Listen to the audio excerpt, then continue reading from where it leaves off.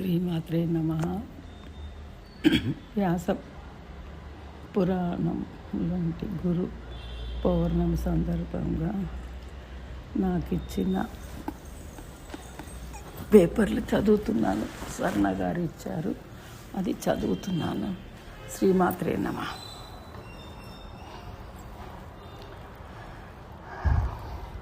రెండు 271 నుంచి చదువుతున్నాను. విష్ణు ధర్మ పురాణము, విష్ణు ధర్మోత్తర పురాణము, నారసింహ పురాణము, పురుషోత్తమ పురాణము, బ్రహ్మనారిదీయ పురాణము, కల్కి పురాణము, క్రియాయోగ పురాణము, బృహు నారనాదీయ పురాణము, ఆది పురాణము. ఇక శైవ ప్రధానమైన కథ వస్తువులు గలవి. చెప్పుకోవచ్చినవి అవి ఏమిటంటే నందికేశ్వర పురాణము, మృత్యుంజయ ఉపపురాణము, రుద్ర ఉపపురాణము, శివధర్మ ఉపపురాణము, మహేశ్వర పురాణము, వాయుదేవ ఉపపురాణము. అలాగే శక్తి ప్రధానంగా వర్ణించబడ్డ ఉపపురాణములు శాకేయములు అంటారు. అవి కాళికా పురాణము, దేవీ పురాణము, చండీ పురాణము, మహాభాగవత పురాణము, దేవీ భాగవతము, శారదా పురాణము.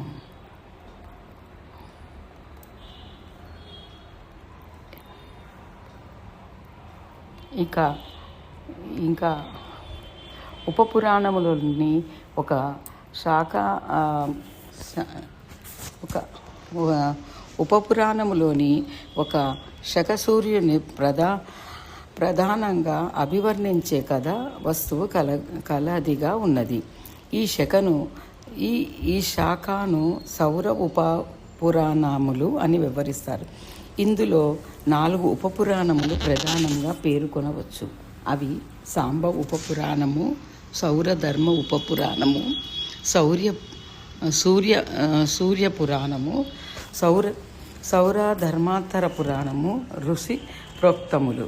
ఒక మహారుషి పేరిట ప్రవర్ధిల్లి ఉపపురాణములు ఋషి ప్రోక్త ఉపపురాణాలు అని వివరిస్తారు. అలాంటి వాటిల్లో బహునారాయణదీయ పురాణము, దూర్వాస ఉపపురాణము, లేక ఆచార్య ఉపపురాణము, కౌశిక ఉపపురాణము, భార్గవ ఉపపురాణము, మారీచ ఉపపురాణము, పరాశర ఉపపురాణము, సనత్కమార్చయ ఉపపురాణము, మానవ లేక మనోపురాణము.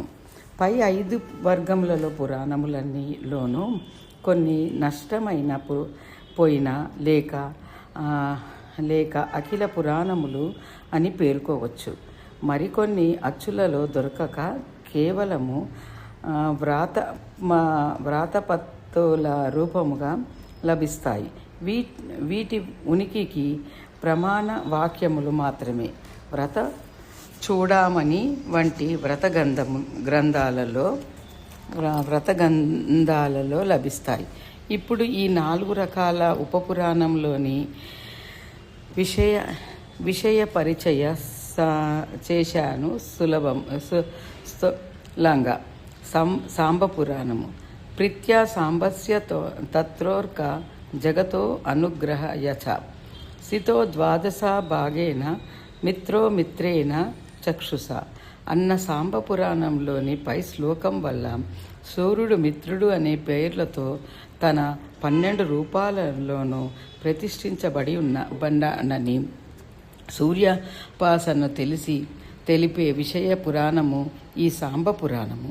ఇందులో 12 పేర్లు సూర్యోపాసన వల్ల రోగాలు తగ్గే శాస్త్రములో ఉన్నాయి. ఈ సాంబ పురాణంలోని శ్రీకృష్ణుడు కుమారుడైన సాంబునికి శ్రీకృష్ణుని వల్ల శాపం ఎలా వచ్చింది, దానివల్ల తెల కృషి రోగంతో బాధపడి సూర్యోపాసన ద్వారా దీన్ని పోగొట్టుకొని అకృత్య జ్ఞానంతో కోర్నార్క్లోని సూర్య దేవాలయంను ఎలా నిర్మించాడో ఆ చారిత్రకకు రహస్యములున్నాయి. వెంకటేశ్వర శ్రీ పైన బొంబాయి వారు 1899లో ప్రచారించారు.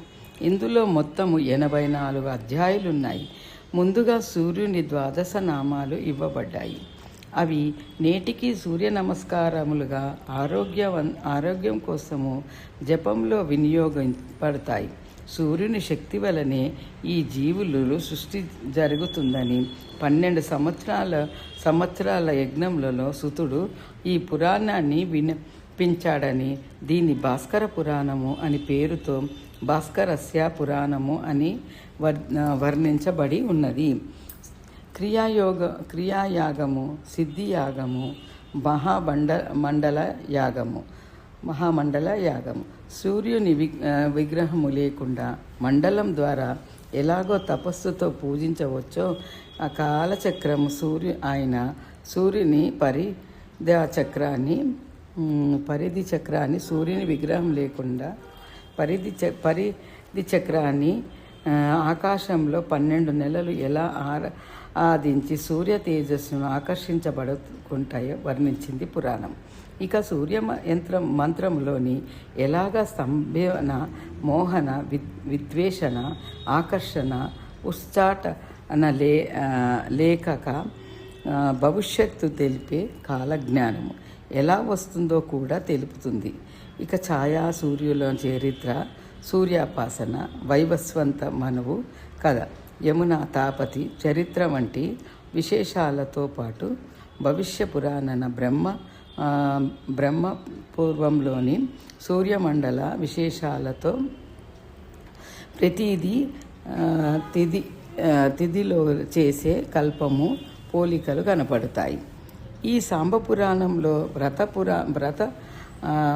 వ్రతపత్రాలలో ఉన్న అనేక అధ్యాయాలు అచ్చు కనబడిన వాటిల్లో కనపడడం లేదు.